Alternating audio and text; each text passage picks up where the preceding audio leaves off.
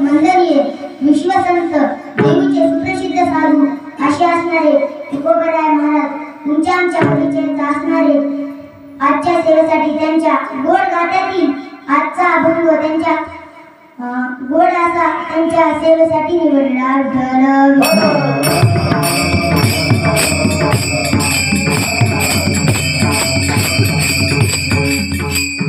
तुकाराम महाराज या अभंगात काय उद्देश करतात? तुकाराम महाराज म्हणतात, संसारामध्ये वैतागून गेलेल्या दुःखरूपी जीवाला दुसरं तिसरं काहीच न करता संत श्रेष्ठ तुकाराम महाराज म्हणतात, देव आपला सावरा आपुला तो एक देव करून घ्यावा ते नेहमी जीवा सुखवून होईल. कारण देव सोडण्याचं महाराज इतर कार्य कसं आहे तर मायेचं आहे आणि मायेचं असल्यामुळे आधी दुःख देतं नंतरही दुःख देतं. एरती माईके दुःखाची जनिती नाही आधी अंती अवसानी. बरं, देव आपल्यासा केल्यानंतर काय फायदा महाराज? तर देव आपल्यासा केल्यानंतर देव आपल्याला त्याच्यासारखं अविनाशी करील आणि अविनाशी होण्याआधी आपल्याला काय करावं लागेल? देवाची वेळ लागून घ्यावी लागेल, म्हणजेच गोविंदाची पीस लागून घ्यावी लागते. अभंगाचे दुसरे चरण सांगतात आणि शेवटचे चरण तुकाराम महाराज म्हणतात, ह्या अविनाशी होऊन सुद्धा ज्याची कीर्ती पुढच्या जन्मात ह्या जन्मात उठते त्याला उत्तम कीर्ती म्हणतात. आणि शेवटचे चरण सांगतात, तुका म्हणे एका मरणीची सरे उत्तमाची उरे कीर्ती मागे. हा झाला अभंगाचा सरळ भावार्थ.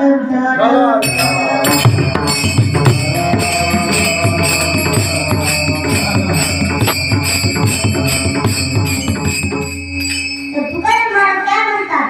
तुकाराम महाराज म्हणतात, आपल्याला देव करायचं आहे ना तर मग नामस्मरण करावं लागेल. कसं नामस्मरण करावं लागेल? असं मोठे म्हणून नामस्मरण करावं लागेल का आवडीनं करावं लागेल महाराज? आवडीनं नामस्मरण करावं लागेल.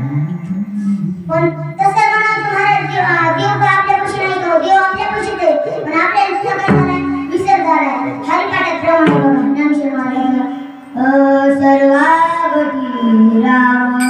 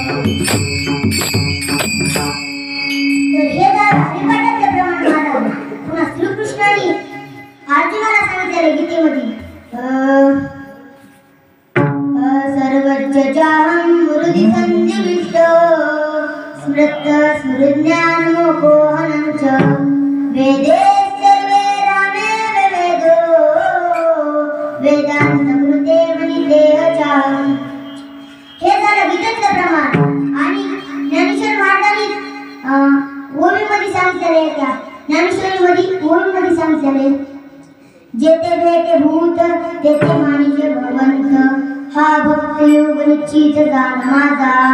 बघा इतके सारे प्रमाण दिले तरी आपल्याला काय कळलं नाही. देव आपल्या कुठे, देव आपल्या हृदयामध्ये आहे. देव कसं महाराज, मग आपल्यापाशी देव असलाय पण देव आपल्यापाशीच आहे पण आपल्याला त्याला काय झालंय, विसर पडलाय, विसर झालाय. मग आता विसर कसा, एक उदाहरण सांगतो तुम्हाला. एका गावामध्ये एक सखुबाई नावाची बाई राहत होती. आता इथं बसलेल्या प्रत्येक बायाच्या नाकामध्ये बघितली तर नथनी दिसती का नाही? प्रत्येक बायाच्या नाकामध्ये नथनी. तशी त्यांच्या गावामध्ये सखुबाई नावाची एक बाई राहत होती आणि त्यांच्याही गावामध्ये असा सप्ताह सुरू होता. पण आपला सप्ताह नाही, आपली एकादशी निमित्त सेवा आहे म्हणताना आपल्या गावातली बरं का, आपल्या गावातली नाही दुसऱ्या गावातली सांगतो. तर दुसऱ्या गावातली एक सखुबाई नावाची बाई राहत होती आणि त्यांच्या गावामध्ये सप्ताह सुरू होता. सप्ताह सुरू असताना काय झालं,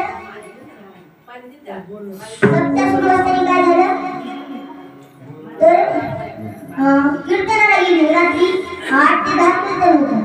कीर्तन संपलं की घरी आली आणि झोपायच्या वेळेला काय केलं तिनं, आपली जी नथ आहे का ती नथ आपल्या गळ्यातल्या पोतीला अडकवून ठेवली. गळ्यातल्या नथ पोतीला अडकवून ठेवली आणि सकाळी उठून पाहिजे तर काय, तिची नथ सकाळी चहा पिताना डुलायची, ब्रश करताना डुलायची, धुणं धुताना डुलायची. पुन्हा ती सकाळी उठून पाहिजे तर काय, तिची आज नथच हरायला गेली. तिची आज नथच हरायला गेली. तिला वाटलं आपली नथ कुठेतरी हरवली म्हणून तिने पहिल्यांदा धाव कुठे घेतला महाराज, तिने पहिल्यांदा धाव कीर्तन मंडपाकडे घेतला आणि कीर्तन मंडपाकडे गेली आणि पहिल्यांदा विनेकरीकडे गेली. म्हणली, विनेकरी माझी नथ हरवली, दिसली का हो तुम्हाला? तिथं म्हणजे समजा भजनी मंडळीला विचारलं, सर्वजण नाही म्हणाले. मग ही रडत घरी येऊ लागली. तितक्यात एक शेजारची आजीबाई येतात आणि म्हणतात, का गं सखू का रडतेस? सखू म्हणती रडत काय करू आजीबाई, माझी नथ हरवली, आता मला ट्रॅक बाप लईच मारी असं म्हणता आणि घाबरली आणि आजकालच्या म्हाताऱ्या कशा असतात महाराज, चालक असतात, नियत लागू देत नाही. म्हातारी म्हणती तू अगं सप्ताह सुरू तू काय लांब चिंडली जवळच कुठे फुल्या चिंड असं म्हणता की जरा इकडे खूप झाली ना. तसं म्हणता आजूबाजू नजर पोतीकडे गेली, गळ्यातल्या पोतीकडे नजर गेली. तितकाच आजीबाईला काय नथ दिसती, तिच्या गळ्यातल्या पोतीला अडकलेली नथ दिसती. मग ही डायरेक्ट सांगितलं नाही महाराज, आजीबाईला सांगितलं. आजीबाई म्हणतात मी तुला नथ सांगते पण मला तू त्याबद्दल काय द्यायची? ही बिचारी इकडे रडून बेजार झाली.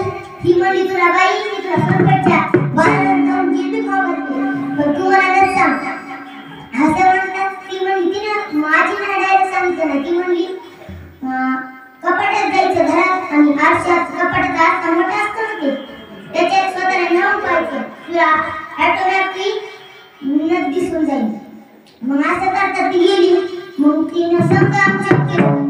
मग पुन्हा तिची गळ्यातल्या पोतीकडे नजर गेली आणि तिची नथ तिला पुन्हा कुठं सापडली तर जिथं तिला फुलती तिला नथ सापडली. पण सांगायचं उदाहरण हेच आहे महाराज की तिची खरंच नथ हरवली होती का हो? तिची नथ हरवली नव्हती. तिनं मुद्दामून झोपायच्या वेळेला फुलती पण तिला पुन्हा काय झालं, विसर पडला होता. तसं देव आपल्यापाशीच आहे पण ते आपल्याला कसा पाऊल करून घ्यायचा आहे आपल्या आपण सोचावं लागतं. म्हणून तुकाराम महाराज म्हणतात, आपुला तो एक देव करून घ्यावा ते नेहमी जीवा सुख होय. कारण नाकावर वर्णन करतात बघा, तुझा आहे रे तुझं पासी परी तुझा का नाशी. म्हणजे बघा हा समजा आपल्यापाशीच आहे पण आपण काय झालं, जागा चुकला. मग जागा चुकायची इथं काय गरज नव्हती कारण तिनंच नथ अडकवून ठेवली होती. तसं देव आपल्यापाशीच आहे पण आपल्याला त्याला कसं प्राप्त करून घ्यायचंय ते आपले आपण स्वतः. मग पण तरी तुम्हाला एक उदाहरण सांगतो की साऱ्या जगाचाही विचार केला तर सर्वजण कशासाठी मारतात, फक्त एका गोष्टीसाठी मारतात, ते म्हणजे सुखासाठी मारतात. सुखासाठी सगळे धडपड करतात पण तरी सुख भेटलं का महाराज? सुख भेटलं नाही. आणि सुख कशाने भेटलं बघा. आता एक जण म्हणला मला बंगला बांधायचा, एक जण म्हणला बंगला बांधायचा. कशासाठी बांधायचा महाराज बंगला? सुखासाठी बंगला बांधायचा. त्याच्यातला दुसरा जण म्हणला मला बंगला नाही बांधायचा, मला पैसे कमवायचे. पैसे तरी कशासाठी महाराज? सुखासाठी. तितक्यात एक आयुष्य होता ते म्हणला मला बंगला नाही पैसे नाही कमवायचे, मला नुसती झोप घ्यायची. बरं आता महाराज झोप तरी कशासाठी घ्यायची? सुखासाठी घ्यायची काय?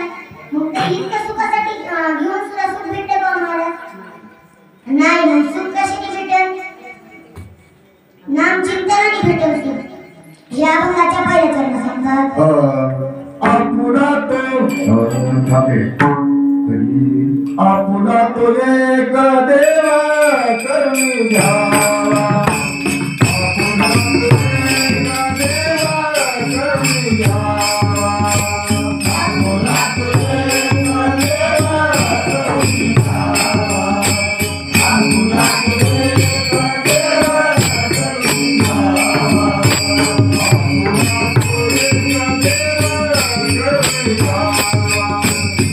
आपुला तो एक देवा करून घ्यावा, आपुला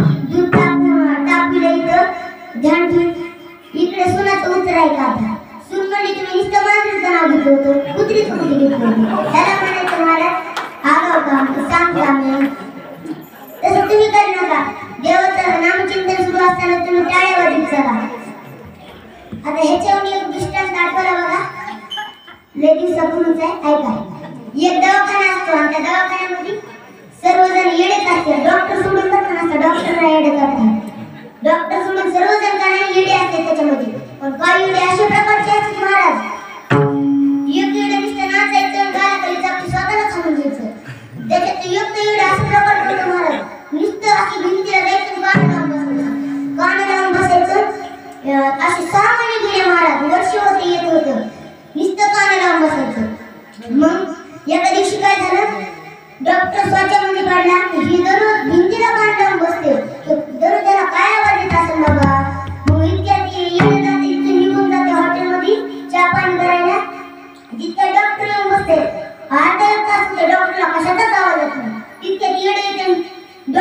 म्हणून थंडीशी नुसते चापट हाणते गालाखाली.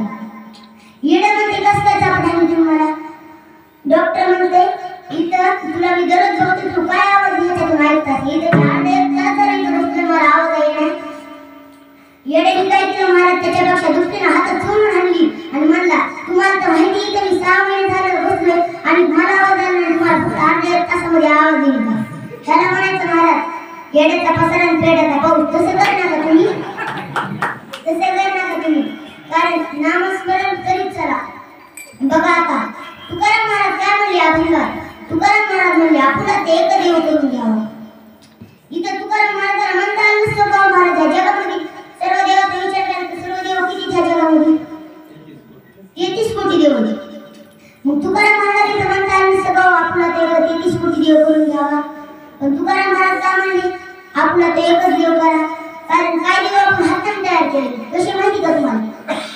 आपण दरवर्षीप्रमाणे शेंदूर घेऊन आपलं कसे तयार केलेले चुलीवरले आपले ह्याच्यावर हिरीवरले देव, पुन्हा रानातले देव आसरोबात तशी देव. पण ते देव मोजण्यात आलेले पण त्याच्यामध्ये आपण कशी देव हाताने तयार केलेले बघा. आपण दरवर्षीप्रमाणे का नाही वाटी शेंदूर भरून जातो आणि एक उदबत्ती घेऊन जातो. मग ते घेऊन जातो दरवर्षी जातात दरवर्षी जातात त्या रानामध्ये त्या देवाला असा शेंदूर घेतात हातामध्ये लावतात. शेंदूर लावतात आणि उरलेला शेंदूर काय करतात त्या दगड उचलितात आणि त्या दगडाला शेंदूर पुसतात ते उरलेला आणि तिथं ते दगड ठेवतात. मग तसंच ते दुसऱ्या वर्षी ते देव तयार होते. मग तिथं लगेच शेंदूर लावायचं होतं लगेच तिसऱ्या वर्षी तसा आणखी देव तयार होते. म्हणून तुकाराम महाराजांनी ह्या देवाला फक्त एकच देव समजलेले आणि या अभंगात घातलेले. एक हारी आत्मा जीवाची